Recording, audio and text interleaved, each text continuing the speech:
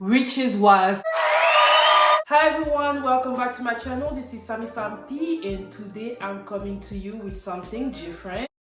I recently binge watched Riches on Amazon Prime Live and it was so good, and I decided that I was going to come and talk to you all about it. So let's get right into it. I was told by my best friend to watch Riches. She told me the show was very good and it was on Amazon Prime, and since your girl is big on Amazon, I spent my entire life there, and I was like, okay, let me just go on Amazon Prime. I usually only go there just to watch the Rihanna fashion show, but I was like, okay, let's get right into it and get into this show. Y'all, I was floored, and I'm going to tell you why the most organized way and without a lot of spoiler. I really just want you all to go watch this show because I need to have a second, a third, a fourth season of it and review them until we're tired. So let's get right into the script. Stephen Richard is a cosmetic mogul, most specifically specialized in everything that is for Black people hair care. He recently died, and after his death, his oldest children from a previous marriage are going to inherit his fortune. This is going to lead to a lot of trauma, a lot of problems within the rest of the family. Stephen Richard was previously married, had those two children who inherited his fortune, but he was also presently married and had another family, which we're going to get into the details. So the script is quite simple. It reminded, well, I don't want to say the script is simple, but the script reminded me a lot of Empire or Dynasty. You know, those shows where there's like a big family dynamic that turns around inheritance and money. Most of the show is happening in London. I believe the producer of the show are from England. What I love the most about that specific show is the care that they put into putting that show together. The production is A1. You can see that there's been a lot of money put into this show. The imagery, nothing bad to say about that. And that's what's really attracted me, right? Because they are a rich family. So, you know, we can see that the production was made around the most affluent part of London, maybe even New York. I think probably between both cities. It's really, really nice. Then the characters are mostly from African and Caribbean country. A lot of the supporting characters are also white, like British, and we're going to go into detail and talk about each character and why I think they're interesting and what they play into each of the story. The actors are Black people, but like of Nigerian descent. I would say they're British of Nigerian descent. I'm thinking Ghanaian, Jamaican, Nigerian, of course, because the family is actually a Nigerian family in the show. From the very first episode, you're going to be caught. You know, the acting is A1.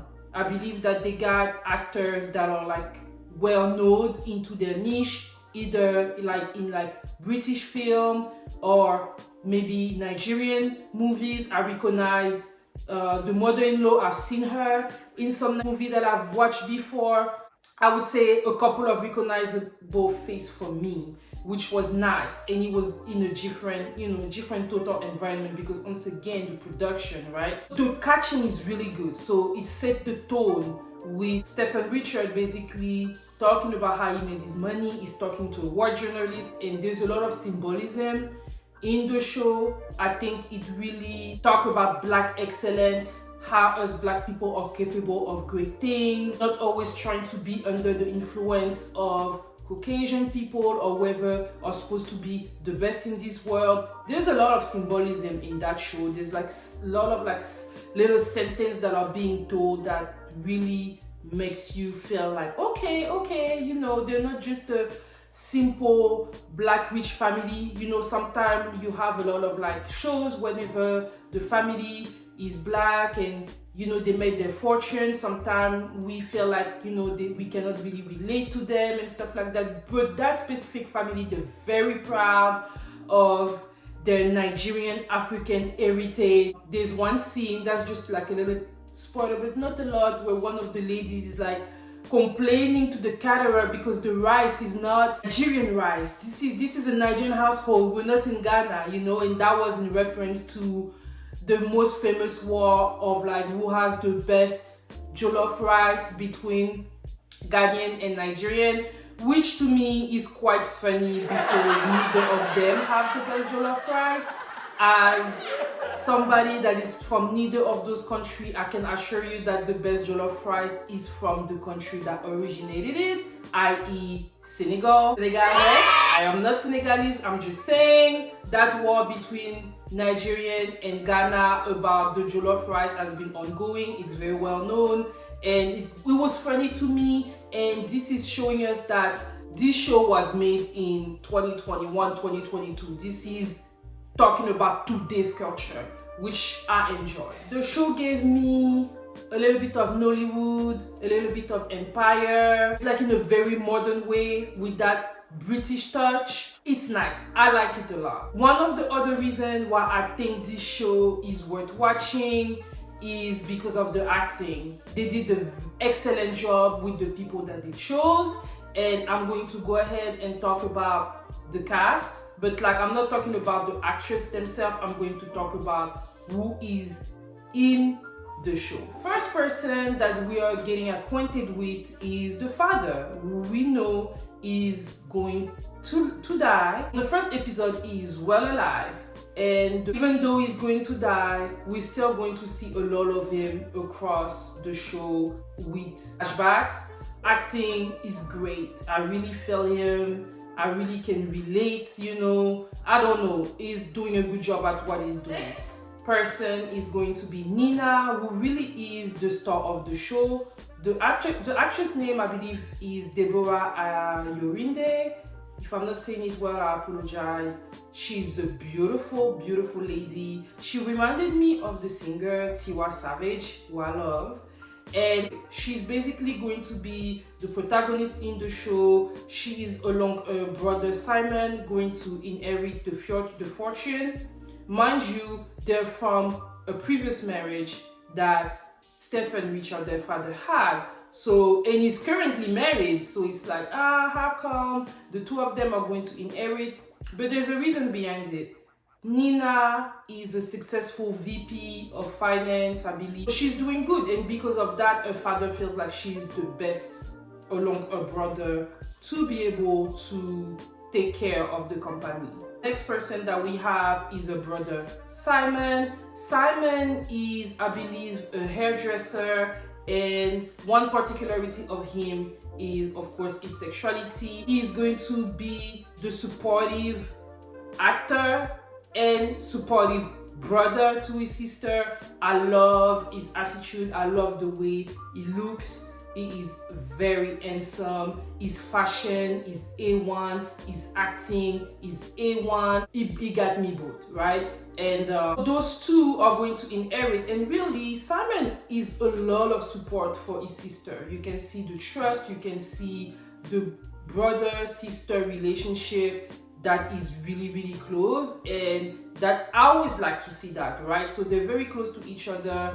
So yeah, and actually Simon is the reason why they're even going to be at the funeral, because Nina, the biggie, well, I'm not gonna say anymore, but yeah, you're gonna have to watch it for more. Antagonist, the main antagonist in the show, you're going to see it very fast, is the mother-in-law, who is Stephen Richard's second wife. So with Stephen, the mother-in-law have 3 children. She's not happy with the choice that her husband made before his death, and her goal is going to be able to investigate, right? She wants to get what's hers. And whenever she said that little sentence, that's a little spoiler, she reminded me of Tara G.P. Henson in Empire when she said, "I'm coming to take back what's mine." And I was like, I don't know about y'all, but I was a fan of Empire when it first came out. Like, we've never seen something like that. I'm not gonna lie, I got tired, but at the beginning, I was right into the hype. Leave me a message if you were also right into the hype when Empire first came out. Yeah, outside of the mother-in-law, we have 3 children who are going to be good supporting character. We have Gus, who is basically the son, the other son, that Stefan had outside of Simon, and I believe that he thought that he was going to inherit everything. Alicia, who is the oldest daughter of the mother-in-law and the father. At first I thought she was a YouTuber, which I thought was cool, and in my mind I had an idea of how things would go for her, but at some point the direction of her character it wasn't the way I thought she would be. And then we have the youngest daughter. Her name is Wanda, and she is the typical last child. She gives me very smart though.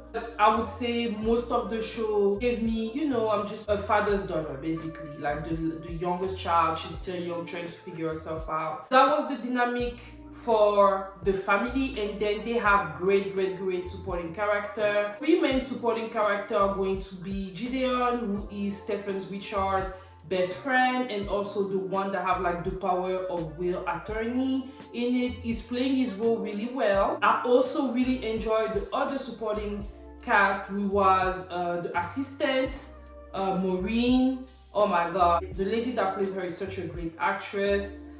She's the assistant, like that's like the keeper of secret, if I can say anything about her without spoiling the show for you. And then the last supporting character is Andre. Is a very interesting character. He works at the company, I believe he's like the VP of finance or something like that, but he is more than just the VP of finance. He is doing a lot. So yeah, and the actor that plays him also does a great job. Andre is like eye candy, I would say. He's good looking.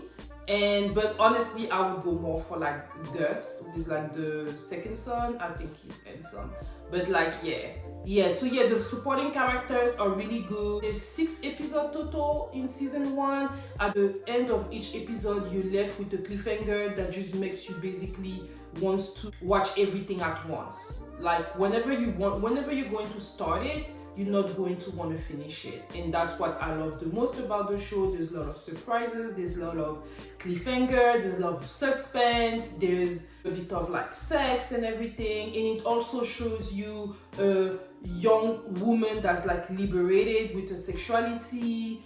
Like a lot of things that a lot of us can relate. This show was made for our era. This is a show that was made for today. I feel like 30 years from now, if your kids ask you how was it in 2022, you can probably show some of that show and they can be able to relate to it, in my opinion. This is what I thought about the show. I thought the show was extremely well. I cannot wait for season 2 to come up.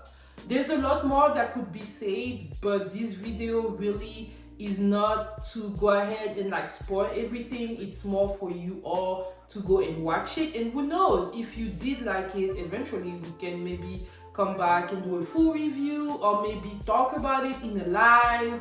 Yes, your girl has been seriously thinking about doing a live video, but I'm not going to lie, I'm shy about it. But depending on if you all leave me some comments, why not? Was my review of Riches season 1 in general. I think y'all need to go watch it. Interesting. And if you're on Christmas break, this is the perfect time for you to just go ahead and binge watch. And for those of you that are new, hey, I invite you to, you know. And for those of you that have been here with me, supporting me, you know you are in my heart.